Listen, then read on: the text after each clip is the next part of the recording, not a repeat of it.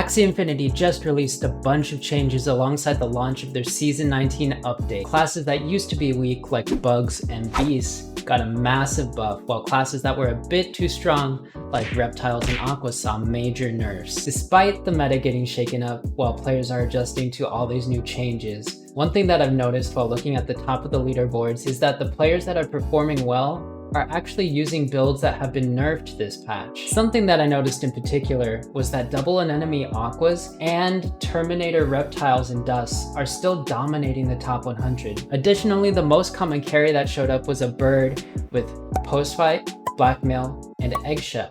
Of course, there were some outliers as well, such as a triple beast comp that stayed at rank 1 for an entire day, as well as a pure double aqua team with a koi backliner and a Nemo midliner. Regardless of the build, what we're seeing here is that the top players are climbing using builds that they're most comfortable with, as opposed to experimenting with new Axies and finding out what the new meta is. So if you've made it this far, you're probably wondering to yourself, okay, how does this information actually help me become a better Axie Infinity player? Great question.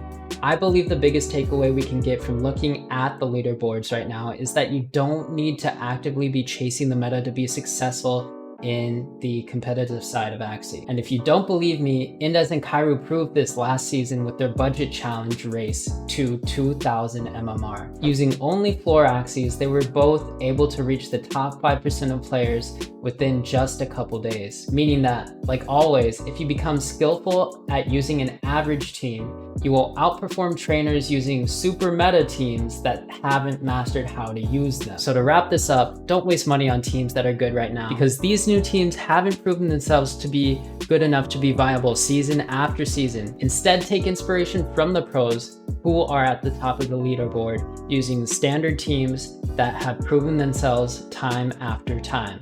Thanks for sticking around. I hope you enjoyed the video. Don't forget to like and subscribe and leave a comment down below, and I'll catch you in the next one. Peace out.